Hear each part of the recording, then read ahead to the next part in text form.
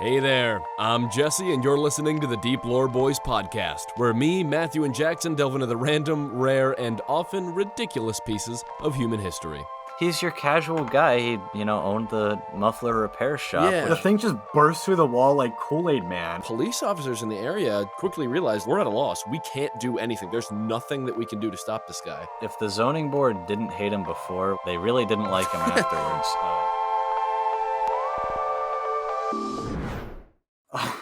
Did we ever get? No, we never got Did we ever get Marvin Heemeyer as a topic?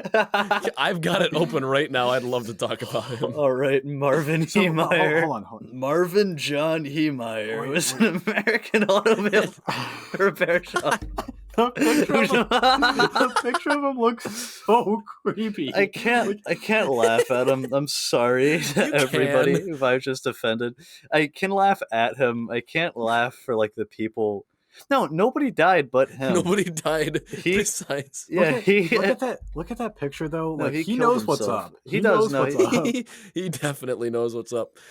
Okay. This is a very sad story. I do want to say, I want to preface this by saying this is a tragic tale. It is a little, but a thrilling one. So Marvin Heemeyer was a guy who just got really, really fed up with life. A bunch of stuff went wrong. He was like denied a bunch of building permits and I don't know, taxes, numbers, society. It just got. And then to him they built eventually. an asphalt plant across the street from his muffler shop, and it smelled bad. And so he did what any reasonable red-pilled American would do. He built a massive armored tank and destroyed an entire town with it. Yeah, that is literally like not even a stretch. He went full like Batman villain and actually just armored a bulldozer with heavy metal plating and tore down buildings. Yeah, well, basically how it worked was he had a bulldozer, right? And he made this Killdozer. massive, the Killdozer as it was called, yeah. So he had this Killdozer, which started as a bulldozer, and he made this massive like armor shell that would go on top of it. It was impervious to small firearms. It had armor on it that was like a foot thick, 3 external explosions and more than 200 rounds of ammunition fired at the bulldozer during the event had no effect on it. For visibility, it was outfitted with several video cameras linked to some monitors on the inside so that he could kind of see where he was going. The cameras were also protected by 3-inch shields of clear bulletproof Lexan. Compressed air nozzles were fitted to blow dust away from the video cameras. Onboard fans and an air conditioner were used to keep him cool while driving. He had 3 gun ports fitted for a 50 caliber rifle, 308 caliber semi-automatic rifle, and a 22 caliber rifle. So on June 4th, 2004, Marvin Heemeyer used his Killdozer to demolish the Granby Town Hall, the house of a former mayor, and several other buildings. And this was in Granby, Colorado. So he was, according to a lot of people that knew him, like he didn't really seem to be that off. He just Everybody most of the actually time. said he was really nice. But he somehow got this bizarre idea in his head that like the entire town zoning board was against them, and it was like all these good old boys. They're basically like their entire life's purpose was literally just to like make his life a living hell. It ended up being that they built a concrete plant right next to his muffler repair shop. He was not happy about it because he was worried about like the dust that was going to like somehow get in there. And he was like, no, they purposely did it. And that was when he like snapped. He was like, no, like this whole thing is against me. Yeah, he really kind of went off the rails there. And he said that he got like a vision from God saying to do this. He said that like he prayed for days for it and God told him this is what needed to be done. Yeah, once you hear a story about an American man claiming that God told him to build a bulldozer and destroy a town, I kind of tune out at that point, and I'm just like, okay, yeah, I'll believe anything about this guy. Yeah. He forgot to think this one thing through, that his garage was not big enough to actually open and just let the Killdozer out. So instead of him just like, I don't know, attempting to, he just burst through the wall of like the garage. Was that really an accident though? I don't think he was planning on going back home after a long day and kicking up his feet on the lazy boy. Yeah, it's kind of funny to see though, because like he could have just gone through the door. The door is right there, but he simply did not care. And the people that were at the concrete plant, They had no idea that this was what he was planning. So, like, just as they were working on concrete, just this bulldozer just burst through the wall, and then just, like, this is literally Kool-Aid Man. Like, what? Yeah. This is like, Imagine if he had painted a big Kool-Aid Man right on the front scooper. That was the first thing you saw coming through the wall at you. The thing just bursts through the wall like Kool-Aid Man and then just like crashes straight into their concrete shop. And that was his initial target. But after that, he was still angry and was like, no, it's going to be the mayor's house. It's going to be like the town hall. Then after that, he started going really nuts. And he decided to just crash into like everything in town. He ended up trying to crash into a library while there were a bunch of young children in it. And luckily they were able to get the kids out. But like he definitely easily could have killed people. Yeah, it's not really known what his intentions were in terms of human life, because a lot of people in town who saw it happen said that like, no, he specifically went out of his way not to harm anyone. But others were like, yeah, no, that was more just getting lucky. But didn't he also mount guns to it? So was that he might have fought back against like a SWAT team or something, or police. Well, there was. I do want to talk about the absolute Sigma male, Glenn Schrainer, who climbed on top of it. Yeah, he climbed on top of it and tried to found a way into it. Tried to shoot through it, but he couldn't. That is such a metal rodeo. They were match interviewing right him there. about it. You hop on top of the tank and just try to wrangle it down. They interviewed him about it, and he said he didn't really have like a direct plan. It was really just like with all the adrenaline of the situation, he was just gonna hop. What else do you? And then eventually, once he was up there, he was like, "What do I do now?" Like he eventually tried to find a door, but he was like, "There's nothing that I can really do at this point. There's nothing to do." Yeah.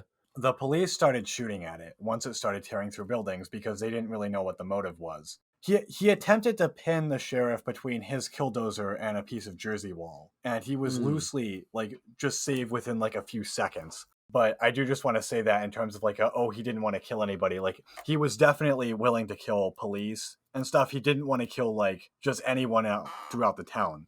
But he was able to see through the security cameras. Okay, he was able to kind of see, and there's not really much. I mean, I assume when you're on a tank rampage through a town, maybe he wasn't trying to get anybody killed necessarily, but I don't think he would have cared very much. I think at that point he was just kind of reasonable men must do unreasonable things. He didn't kill anybody with the guns. It said that he fired at a few police officers here and there, but thankfully nobody got hurt. Yeah. He did typically aim for power lines and propane tanks. I think so. Again, his goal was really to destroy the town, not the people in it. He wrecked the town. It was millions of dollars of damage. And I think he destroyed their gas line or something? Basically, if the zoning board didn't hate him before, which they didn't, they really didn't like him afterwards that much. It was a self-fulfilled prophecy. It was. It totally was. Kind of. My man really fell off. He really did. He kind of did. He fell off really hard. The zoning board hating him after his death is the equivalent of an artist who isn't appreciated until after they're gone. Yeah, it's like that, but backwards. They strive for fame and don't get it until later. Until they die. It's like Van Gogh. Yeah. Except this guy was just straight up, they don't hate me until I'm dead. Right, and then they really hate me. Why? Why? It's so dumb. Hey, you can't say he's wrong then. It's well, the zoning board did hate me, even though it was because I drove a bulldozer through their living room. No, wow. No kidding, man. Oh, man, I'd hate you too. Oh, good for you.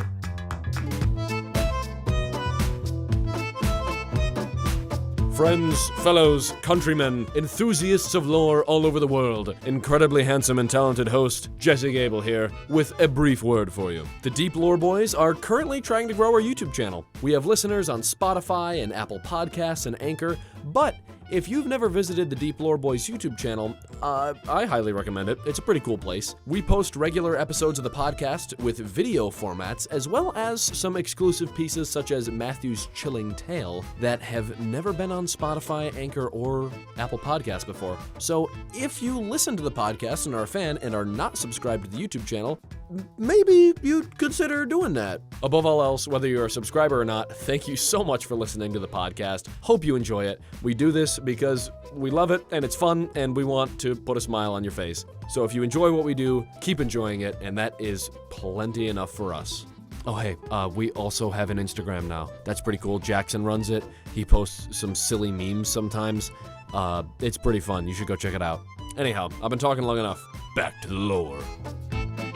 Yeah, so when this guy went on his rampage, this dozer was, like, ready for battle. There was no way to penetrate this thing. The armor was super thick, so no bullets could penetrate it. No grenades or flashbangs were really going to be able to do anything. And police officers in the area just quickly realized, like, we're at a loss. We can't do anything. There's nothing that we can do to stop this guy. They called in the National Guard, and they apparently were going to order an Apache attack helicopter with a Hellfire missile to take down the tank, which I have heard would have done irreparable damage to the town. That would have been very destructive. Yeah, it was... You are not taking this thing down. This thing was indestructible. It was stronger than a lot of actual tanks in terms of being taken apart. But that's, of course, also because this had basically no ventilation and no door. This was literally just a suicide box. This was a really big mess. And it literally ended with him failing to realize that some buildings have basements. And so he crashed into a building and fell through the basement and got stuck. That is actually how this man was defeated. Is that what happened? Yeah. Because we haven't talked about how this story ended. That is how it ended. He fell into a basement. What building's basement did he fall into? Oh, I don't know. Okay, so this was, I'm reading it on Wikipedia now. This is at the point when they were like, where Governor Bill Owens of the state considered calling the National Guard to get the Hellfire missile. And so they were about to do that. And that's when the tank went through Gamble's hardware store and fell into the basement and couldn't move. I'm just going to spitball, but I think the story goes that, like, the SWAT team approached and they were going to, I don't know, stand there and hope he came out. But they heard a single gunshot come from inside the cabin. And when they had welded their way through and found a way inside, they found that he had committed suicide with a gunshot to the head. And it seems that suicide was kind of his intention from the beginning. I don't think he really planned any other way out. Yeah, I mean, he didn't have a door to get out of the thing. Yeah. I think he really was planning on just going out this way. I do want to watch the video real quick of actually him bursting through the wall. Oh, yeah. Can we do that? I kind of like it when our reactions are at the same time, but like if we're starting... I'd like to do that. 3, 2, 1. Click. There he is. There he is. Yep. So this is actual footage of the attack right here. Yeah.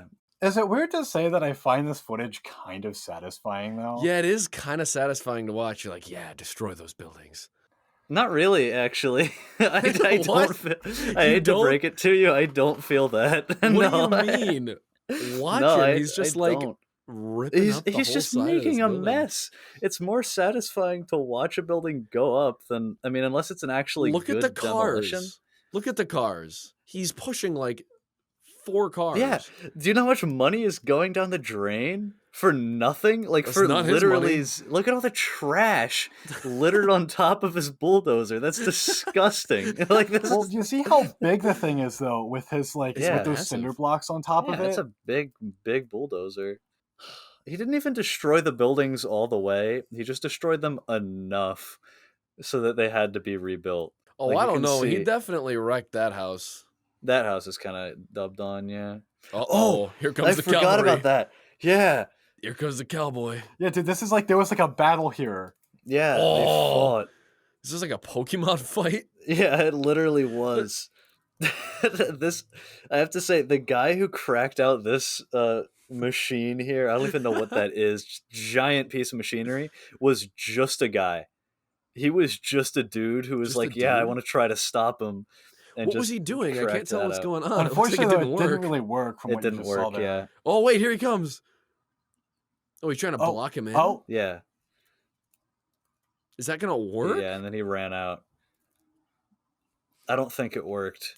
Oh, no, No, he no, did. 'cause He he had just- to keep going that he way just now. bulldozed like through the rest of it. Such a Sigma move, though. He's just like, yeah, I got this. He's like, I got this Hang machine on. here. This town let ain't me big just- enough for the two of us, partner. Uh, Oh, so did and there that he guy was. inadvertently cause? Oh, I guess he did. He let him into the basement. Yeah. He totally did. Wow. No, he didn't fail at all. He won. Why is that not a bigger part of the story? That's a W. Hold on. Whoa, That hold was a on. Who big was the guy brain that? move. Who's the guy that did that? I don't know. They called him a civilian even- operator.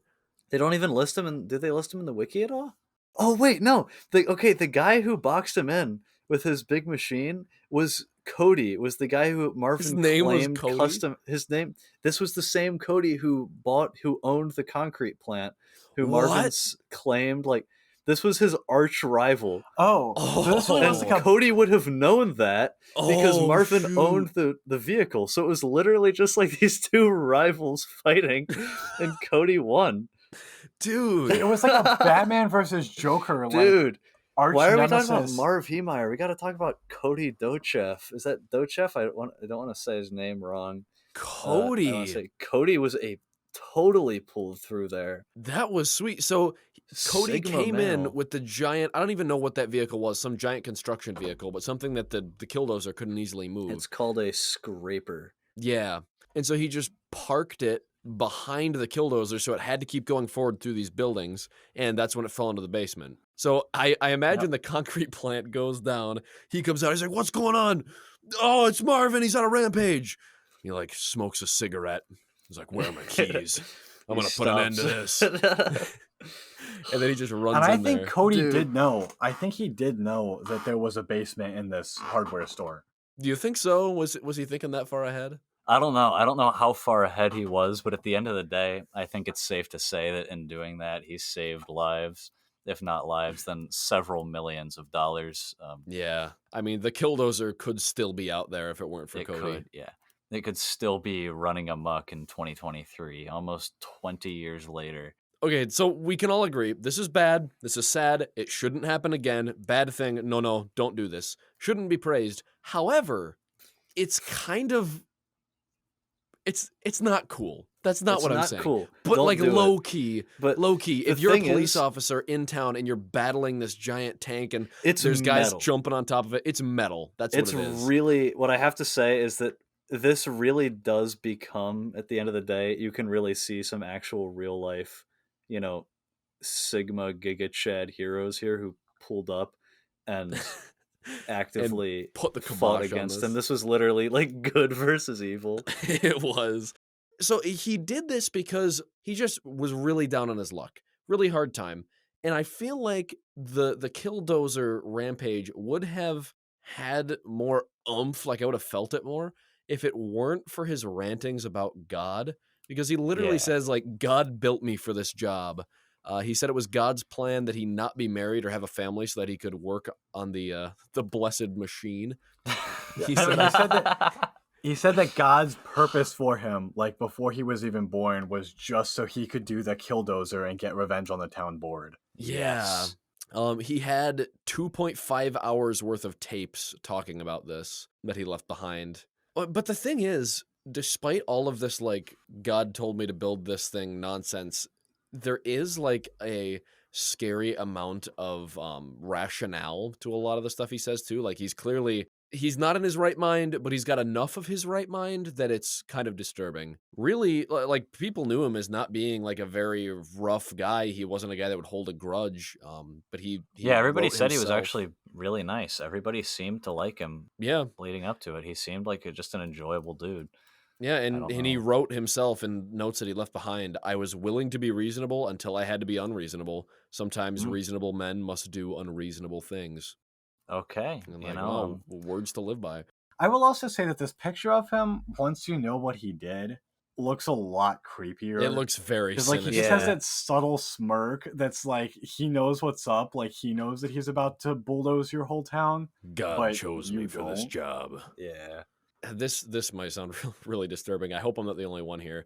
But looking at the picture of him and like getting an idea of who he was, Yeah. this was how old was he? He was in his 50s. This is like a mid-50s guy, looks nice, might have some young nieces and nephews, Uncle Marvin. And Yeah. like, I have relatives like this. Yeah, Not no, not everybody knows relatives that I people. can say in confidence would destroy a town with a bulldozer, but like, I know this guy. It Yeah, feels like I do. he's your casual guy. He, owned the muffler repair shop, which, Yeah. he's just a guy. Like, there wasn't anything weird or off about him. People said he And it would really bend over sucks. backwards for anyone. That's how his brother Ken described him. Yeah, no, like he seemed to just be a guy who was just really in his later years just I don't know if he just spent too much time by himself.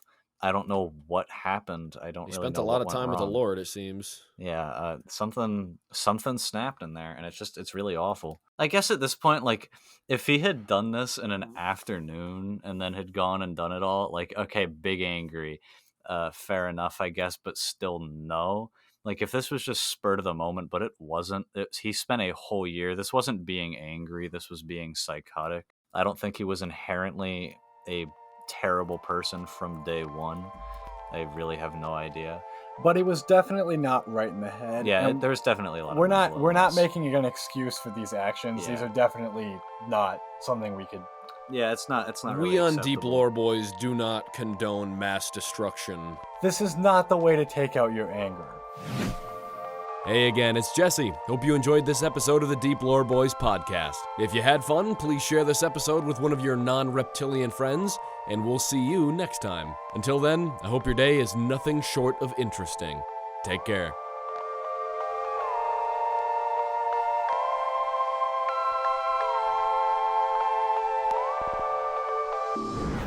I'm gonna go post that one on Twitter.com.